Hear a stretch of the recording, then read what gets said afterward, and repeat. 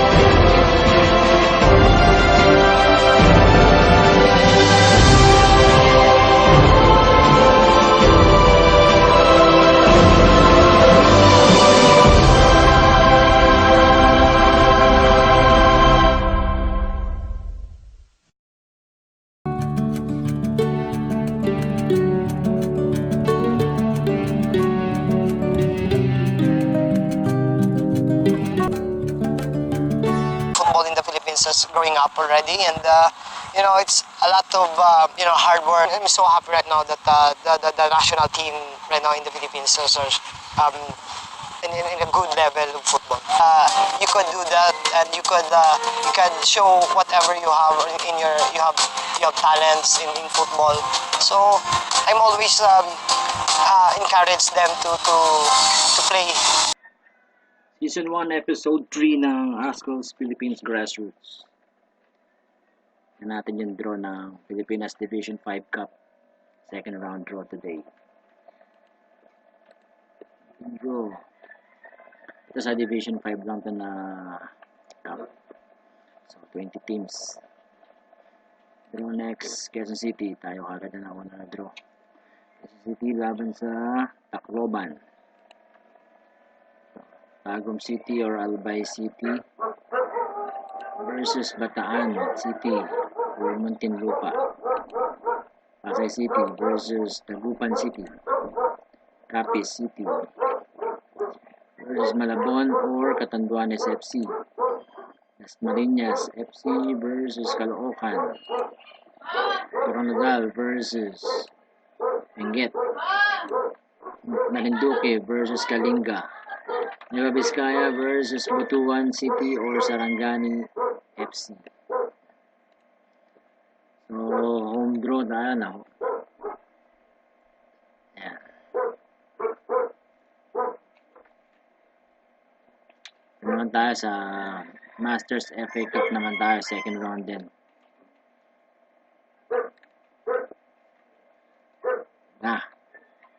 Ito naman, lahat ng teams na mula sa Division 5 hanggang Division 1. Wala ko.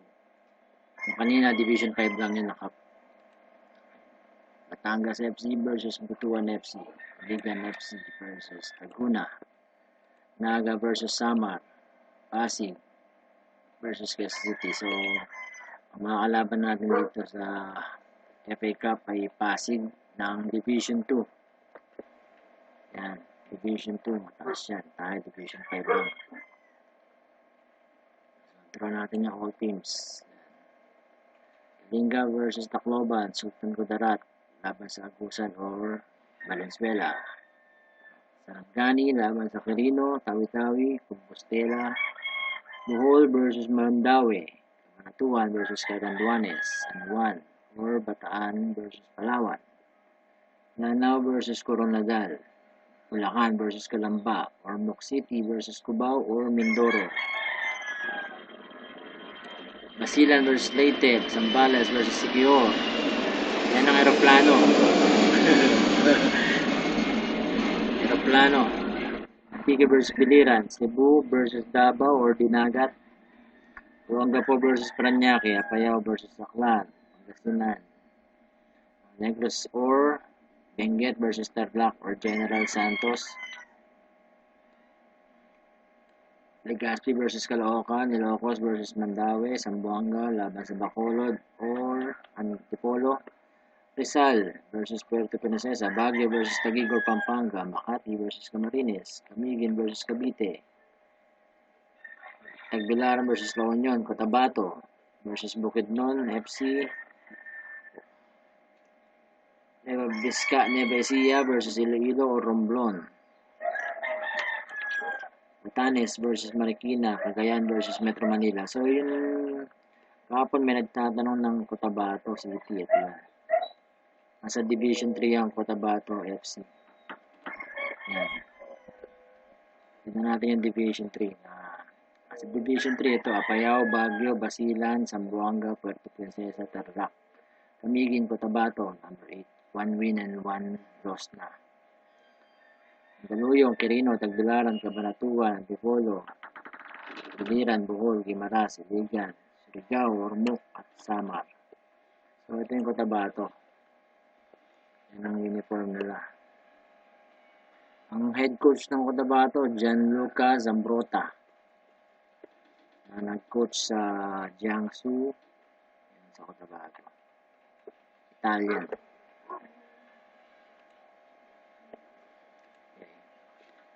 Forwarding official confirmation of the draw here. Pilipinas Division 5 draw Quezon City against Tacloban City FC on Saturday, October 19. Tagal pa to. October pa. August pa lang. Naganapin sa Quezon City Stadium. First match. First leg.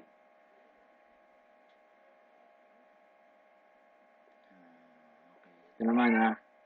Sa September 5, mga kalaban ng Azkals Philippines ang Hong Kong sa World Cup qualifying.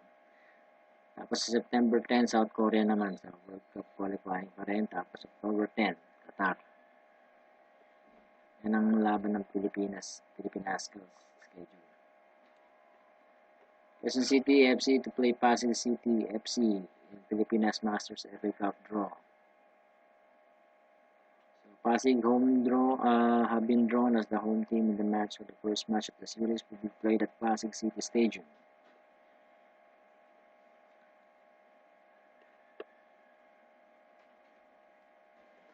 Okay, ito, may tatanong na reporter sa atin. Question from the Filipino Soccer Chronicles, Miguel Cruz. Called at tumawag siya sa atin. With a question he would like to ask you. Makati FC, Michael Lodrup has spoken passionately regarding Gerald Puntanara's chances of an international call-up. Is the player on your radar? Tignan natin si Michael Lodrup. Tignan natin si pangalan to, Gerald Puntanares. Tignan natin.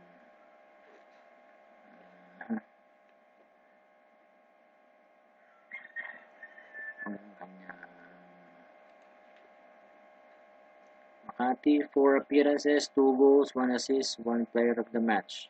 So, maganda nilalawa ni Gerald Puntanares. Kanyang mga attributes, di pa natin makita. Di pa siya na-scout. 24 years old. 6 feet. striker.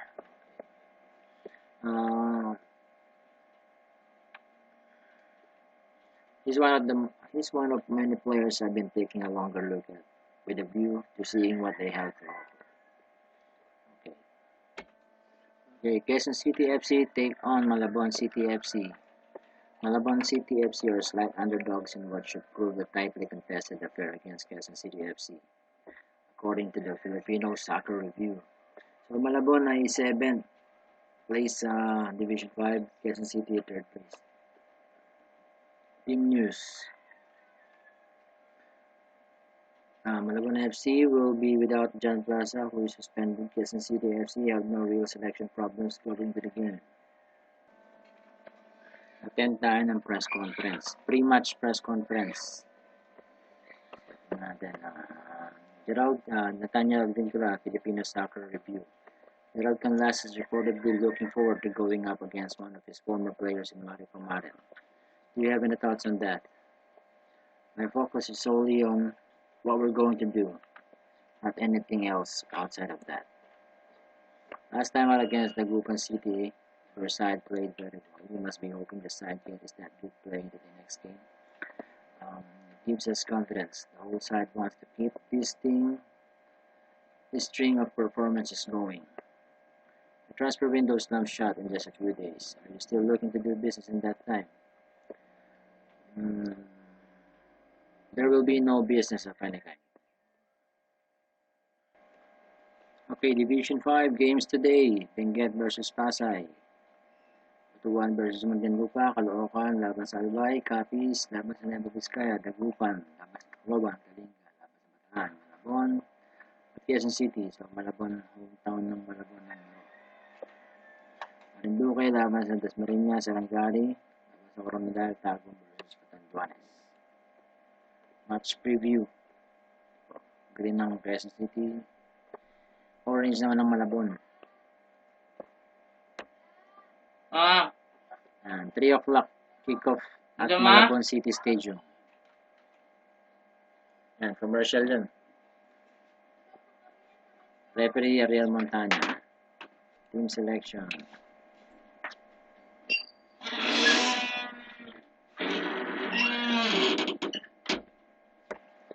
Yan, sabit na natin yung team.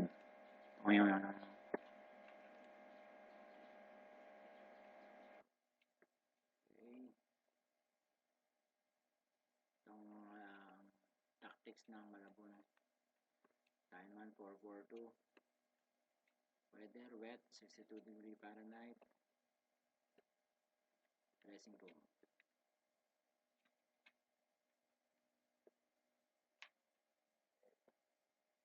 Kick off. Ayan. Maraming bakanting upuan.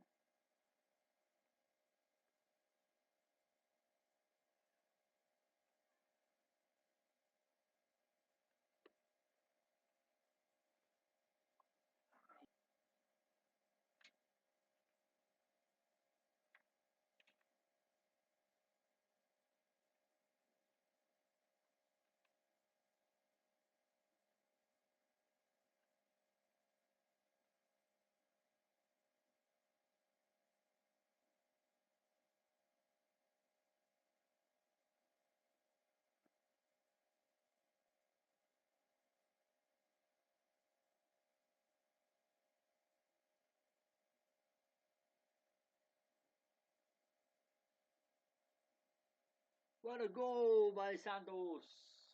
Oh. Ganda ng pasa ni Rafael Paras kay Santos. Tignan mo ah. Tignan mo ah. Paras. Cross pass to Santos. Goal! Inulit pa oh. Tignan ko kung offside. Onside siya, onside.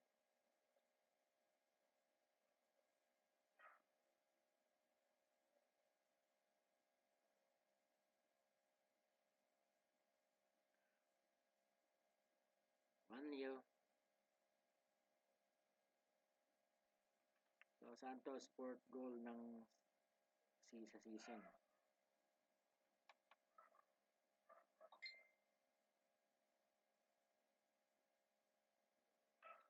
Nakatabla ngayon sila. 1-1 na.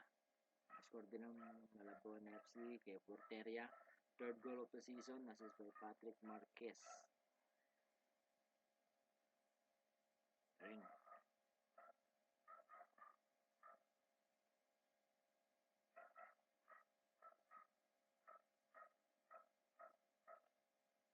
Quezon City dropped down to 4th position.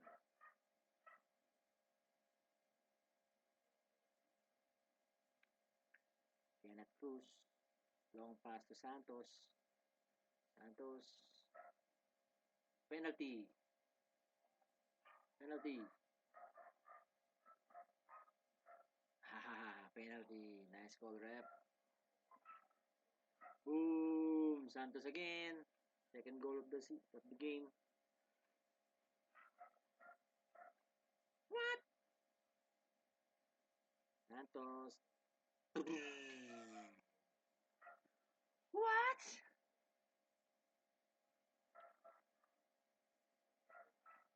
One, Quezon City move up to first position. Rafael Paras to Dizon. Dizon. Pass to Carpio. Carpio assist to Santos. Ayan.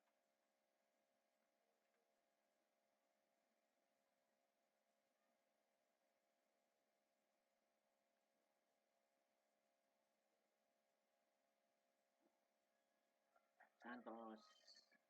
Man. Ooh. Nice tackle.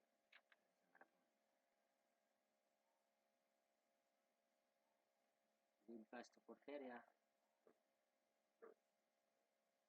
Nice save by Paul Santos.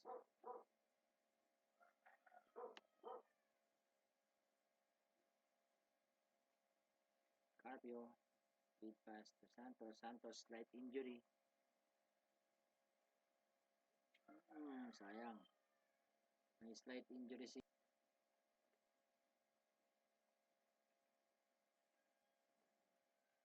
Sobre Peña. Dizon again to Carpio, libre.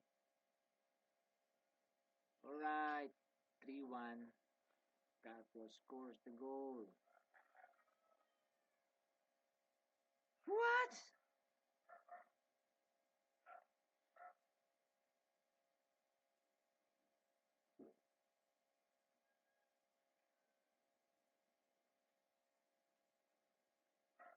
Hindi nahinto yung tira ni Carpio na yan. Matindi!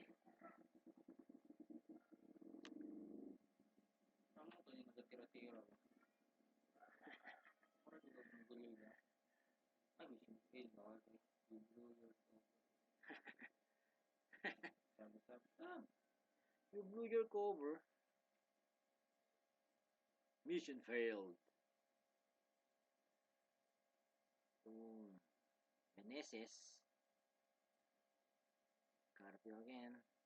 Sa right side. Pinalik kay Mersam. Balik kay Dizon. Dizon to Carpio. Carpio playing to the right. Hat-trick by Santos. 6th goal of the season.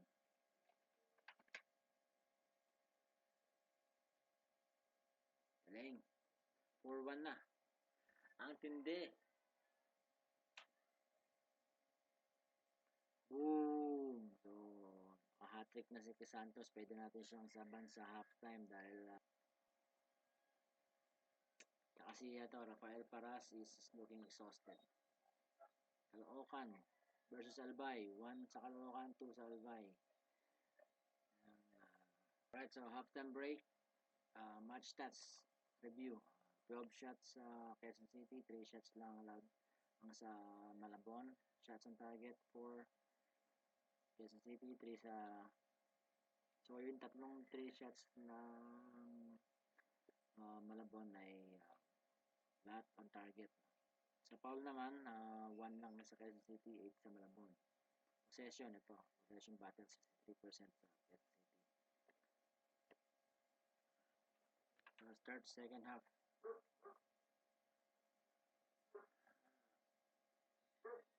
Mag-sub tayo. Si Santos, kailangan natin saban pala dito. Kalimutan natin. Sa kanya si Marco Cruz naman. Marco Cruz, striker.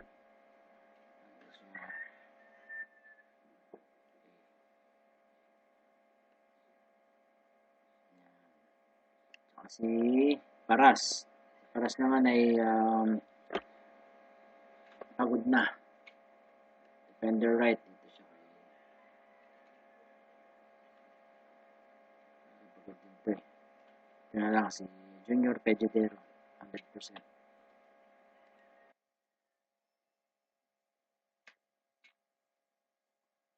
Santos again.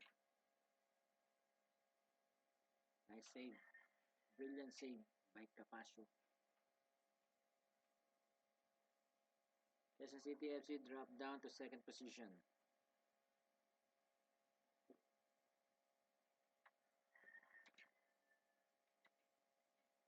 Carpio. Ooh! What a goal! Magnificent individual effort. Second goal of the game for Carpio.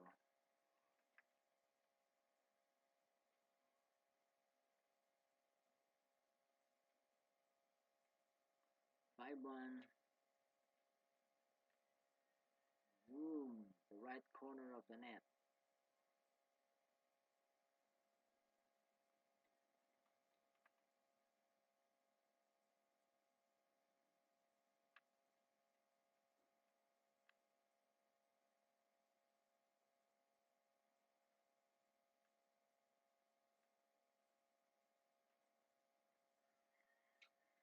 Excellent passing.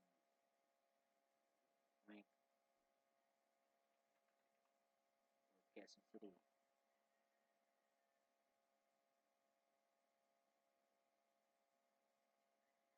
Balik ulit kay Dizon. Cross pass to Cruz. Marco Cruz, first goal of the season. Assist by Mark Dizon. Ganda na nilalaro ng Quezon City. 6-1.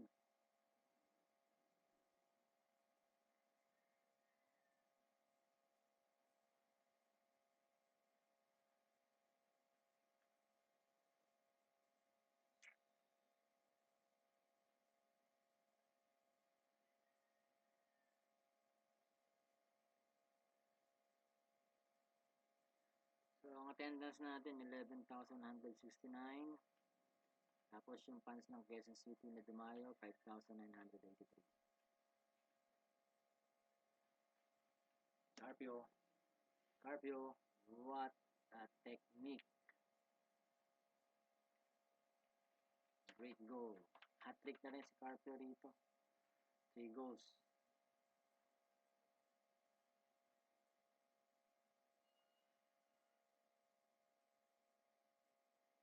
Boom! Magkano tayo? Palit tayo ng technique. Ng tactics. Depend naman tayo. Depend. Yan.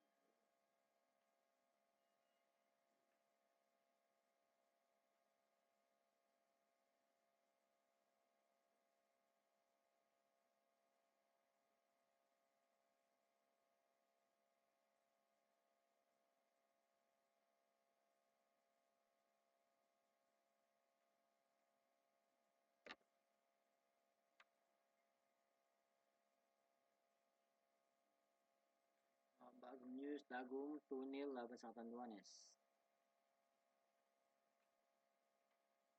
Substitution. Next up. Ito si Gerald Rosario, pagod na, 65% na lang yung condition. Balikan natin siya na tayong pang backup. Enrique Reyes na lang.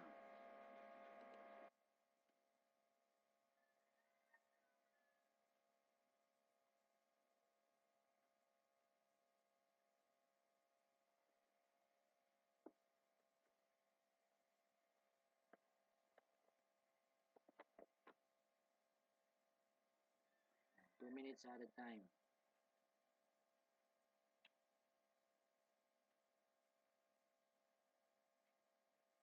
Carpio again.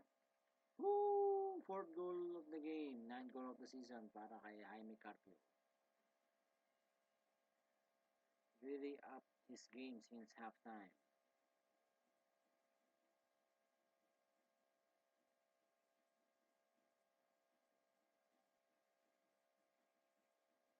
Galing.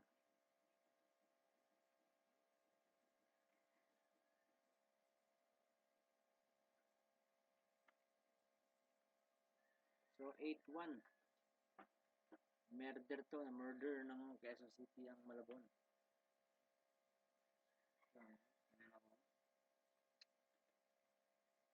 Serious na. Fast and furious.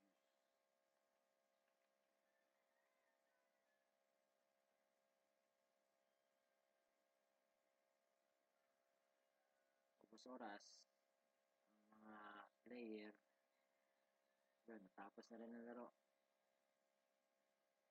Ayan, tayo.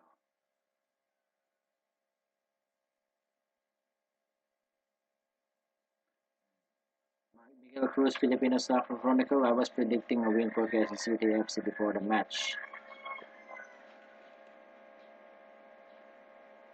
Pep talk, passionate. I'm very pleased with the result and your performance. And team talk. Continue. So yan, standings natin. Dasmariñas, number 1. Quezon City, number 2. Tablayan, bali tabla. 9 points parehas, no? Parehas na 3 wins and no loss, no draw. Yan natin, Dasmariñas, laro nila. Ito, 2-0, 2-0 laban sa Marinduque. Tayo naman, Malabon, kinalaban natin ito pasok sa 11.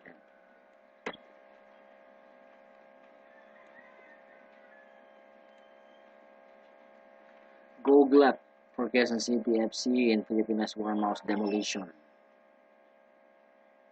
So, possession battle, 57%. Laban sa 43 ng Malabon. Shots, 19. Quezon City, 9 na sa Malabon.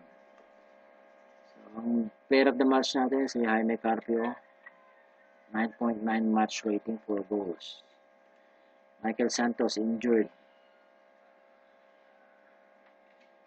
Injured siya.